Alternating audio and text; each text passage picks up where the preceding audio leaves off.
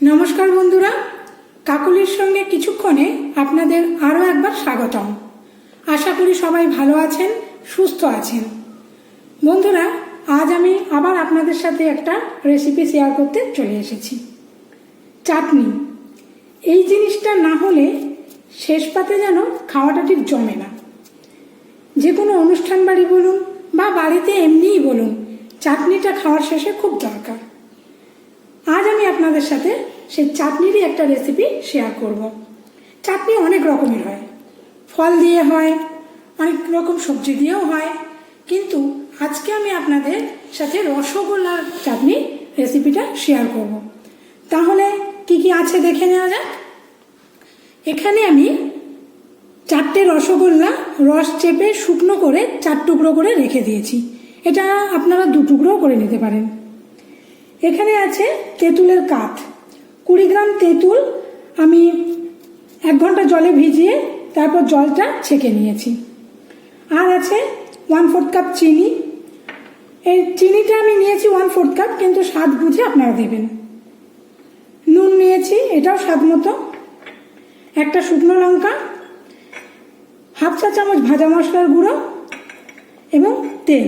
রান্নাটা আমি সর্ষের তেলে করব। তাহলে বন্ধুরা, রান্নাটা শুরু করে গ্যাসে প্যান চাপিয়ে আমি 1 টেবিল চামচ সর্ষের তেল দিচ্ছি।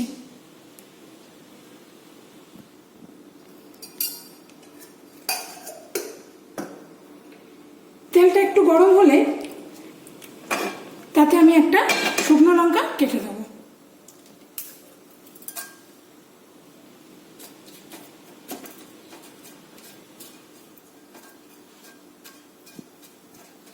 শুকনো লঙ্কাটা একটু ভেজে নিলাম। এবার এতে আমি তেঁতুলের কাঠটা দিয়ে দেবো।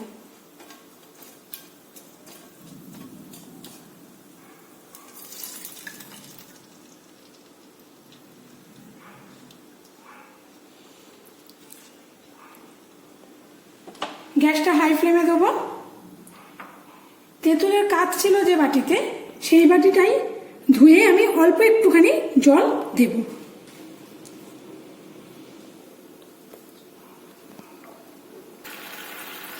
তেঁতুলের কাঠ ছিল যে বাটিটায়, সেই বাটিটা ধুয়ে আমি অল্প একটুখানি জল দেব।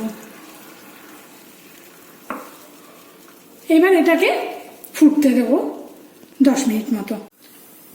বন্ধুরা, আমি এটা ঢাকা দিয়ে ফুটতে দিয়েছি। ঢাকনাটা 10 মিনিট পরে খুলে নিলাম। দেখুন, এটা ফুটে গেছে। এবার এতে আমি চিনিটা অ্যাড করে দিলাম।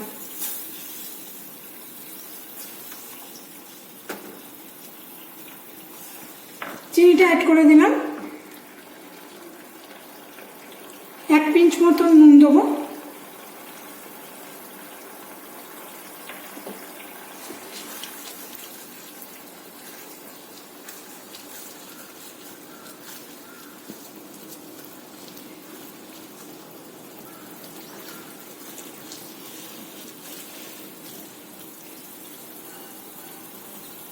আবারও ঢাকা দিয়ে 2-3 মিনিট ফুটতে দেবো।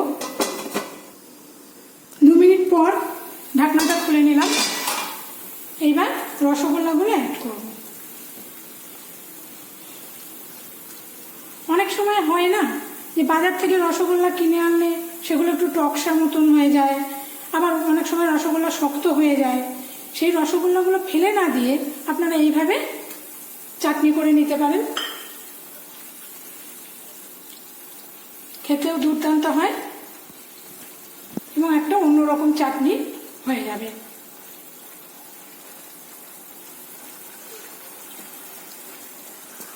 রসগোল্লাগুলো দেওয়া হয়ে গেছে।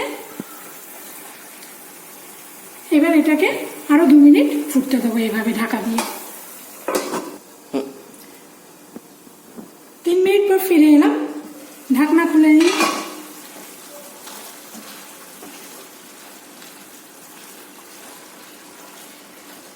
একটু নেড়ে চেড়ে দিলাম। এই সময় আপনারা নুন মিষ্টিটা একটু চেক করে নেবেন। আমার আরেকটু চিনি লাগবে, তাই আমি আরেকটু চিনি এখানে আর 3 টেবিল চামচ মতন চিনি যোগ করলাম।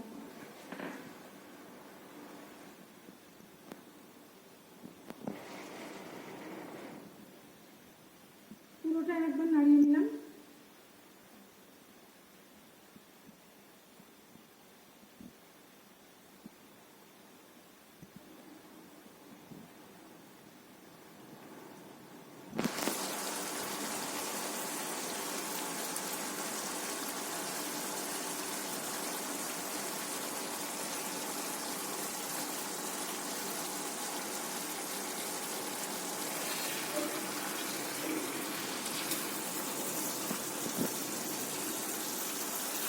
ব্যাস হয়ে গেছে আমাদের রসগোল্লার চাটনি।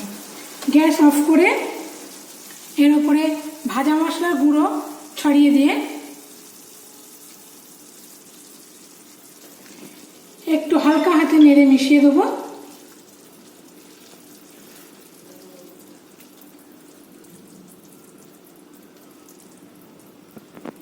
দিয়ে ঢাকনাটা বন্ধ করে স্ট্যান্ডিং টাইমে রাখবো 3 মিনিট।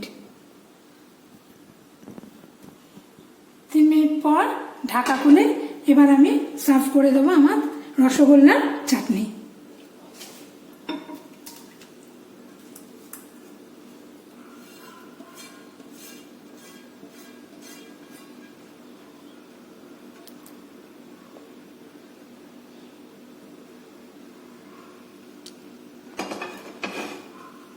আমার রসগোল্লার চাটনি রেডি অ্যান্ড সার্ভড। এই রেসিপি রসগোল্লার চাটনি রেডি অ্যান্ড সার্ভড। বন্ধুরা, যদি এই রেসিপিটি ভালো লেগে থাকে তাহলে একটা লাইক করবেন, কমেন্ট করবেন, পরিচিত বন্ধুবান্ধবদের সাথে শেয়ার করবেন।